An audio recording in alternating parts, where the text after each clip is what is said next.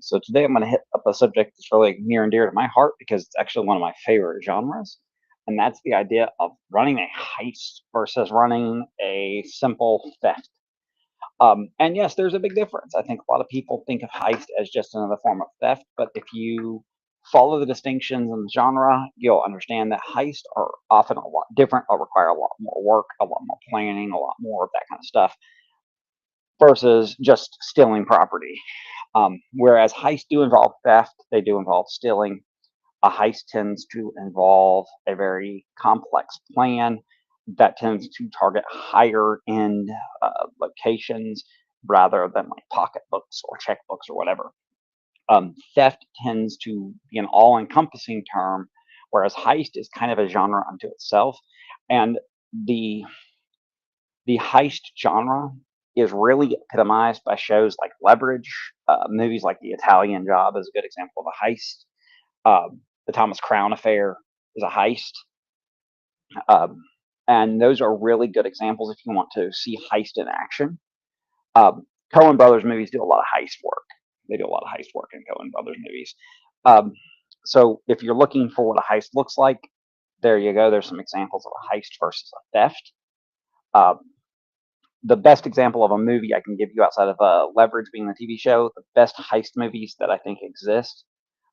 I'll leave off Ocean's 13 because I don't think it's all that great of a movie, but Ocean's 12, 11, and 12 are both very good heist movies, incredibly good heist movies.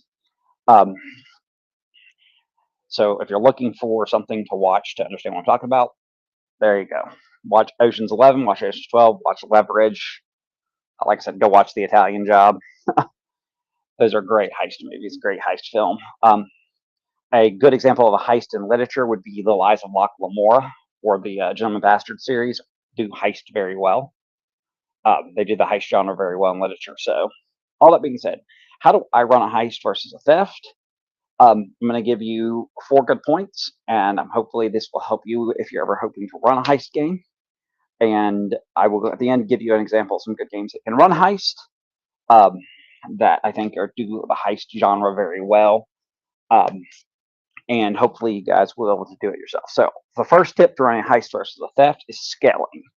Um, as I said a minute ago, heists typically involve higher end targeting, bank vaults, casinos, uh, corporations, high end art, uh, governments. That's the kind of stuff that a heist is going to cover. If you're just wanting to steal, if you're wanting to play a rogue who steals, he can steal anything. He can steal from a local shop, he can steal from people in town, whatever. A heist is not going to do that. A heist is going to involve a lot bigger scale. So when I'm running a heist game, I make the scale appropriate. The characters are actually chasing something big. They're chasing something important. And super valuable, whether that be a treasury, whether that be a government document, whether that be a bank vault full of gems. They're going after something bigger, um, and because of that, I'm going to run it different because I'm going to scale it up to represent the difficulty of what they're actually attempting to do. Um, if I'm running a simple thief, I'm going to let him have a lot of opportunity because theft itself is not difficult. If you, I mean, if you were a kid, I don't care who you are, don't pretend otherwise. If you're a kid, every kid somewhere down the line tried to steal something, even if it was just a candy bar. I mean, God knows that's just how people are, how kids are.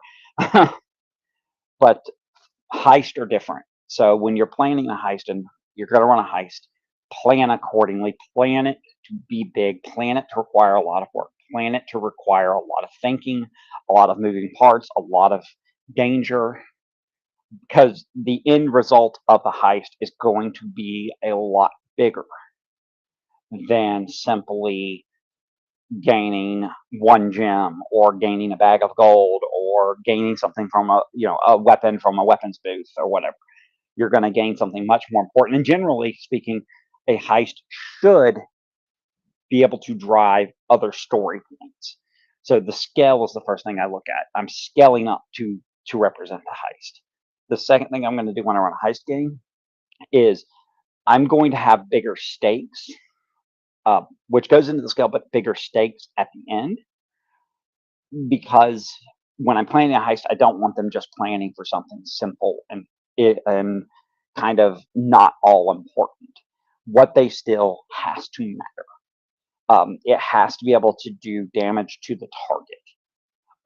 If you rob a bank vault, it should hurt the bank. If you steal a government document, it should contain secrets that could hurt government officials. If you are stealing a bunch of gems from a gem, from a vault, the person that owns them should feel the pinch. So not only is the scale of the heist bigger, the end result should be much more impactful to the game world. And also, one of the things that will do is that will lead to additional adventures for that character group.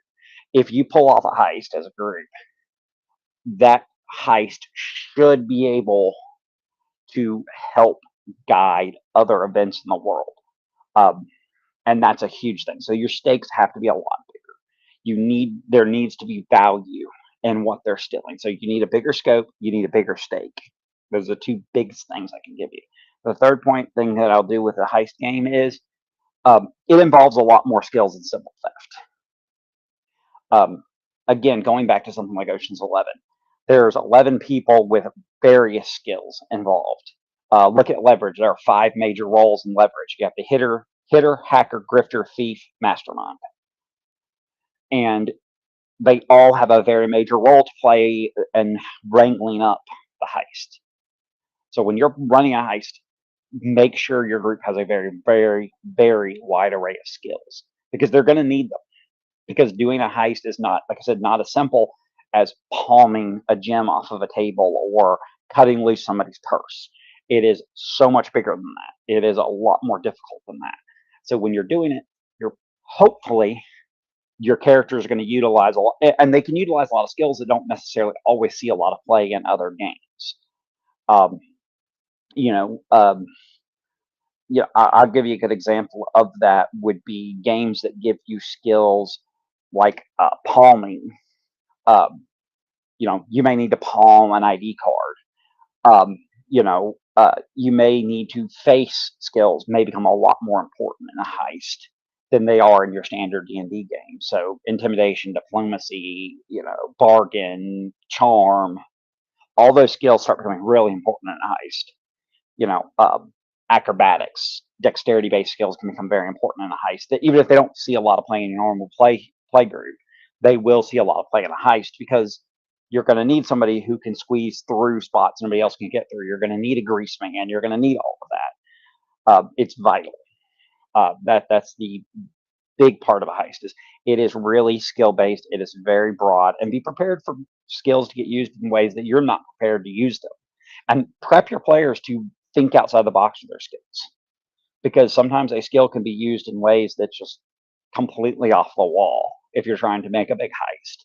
And then the last thing I kind of do outside of skill, scope, and set, uh, payoff is I always make sure that there's a consequence for the heist. Heists never happen in a vacuum. I can steal something from a booth and the guy may not notice it's gone. I can rob somebody of their purse and it may take them days to realize, that they're missing money, whatever. If I rob a bank vault, the police are after me. The FBI is looking into me. All these kind of things. You are being focused on. The kingdom itself may turn its eye to your little band. So when you're heisting, you have to think about the consequences and how you're going to offset those consequences. So while you're preparing the heist, you're also, as a player group, need to prepare for the consequences and the fallout for the heist. If you're as a GM, you're not preparing for that either, then you're kind of only half-assing, lack of a better way of putting it, the heist.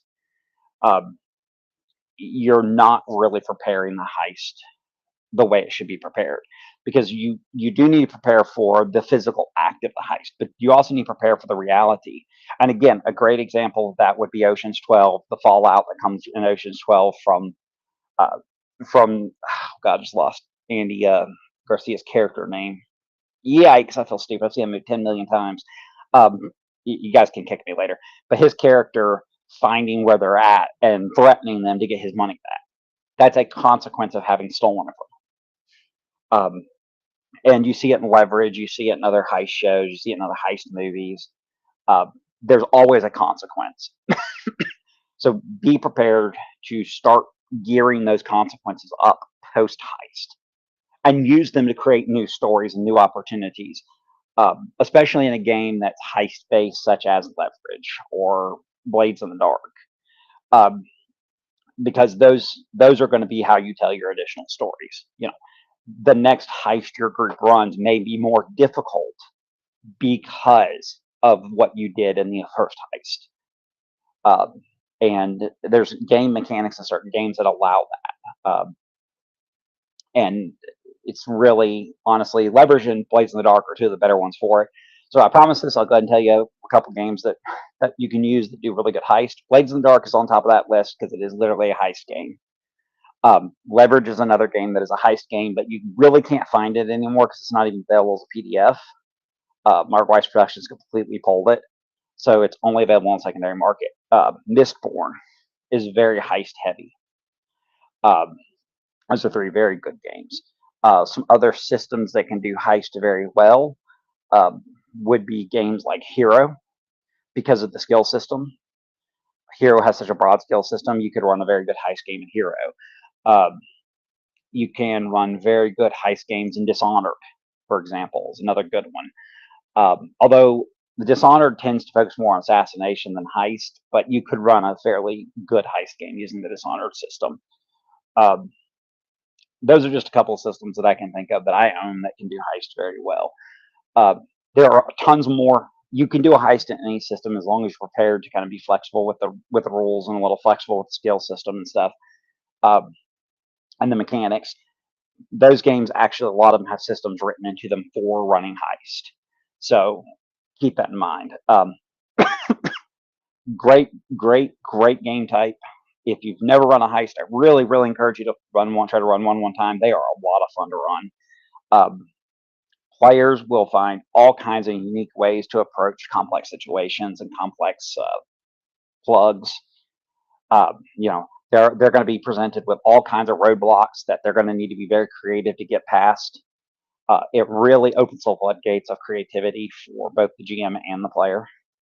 So keep that in mind. Heist games are incredible for that. So if you're a fan of that type of thinking, you want a game that's outside the box, run a heist game, run a heist session. I promise you will not be disappointed in it. Your game will be incredibly well done if it's done right. And like I said, there's a ton of great heist movies, great heist shows, great heist books. I've mentioned a couple of them in this video. Go look into it yourself. There are tons of great sources out there that deal with the heist versus just a simple theft. And it's really, really fun. It makes the game really, really fun. So anyways, guys, as always, we welcome thoughts, comments, questions, concerns. If you have anything to add to what I've said, please add it in the comments. I'll be happy to engage with that. Otherwise, guys, follow the 3 rules. No ad hominems, no picking fights with each other, and do not leave me college dissertations. Other than that, guys, we do hope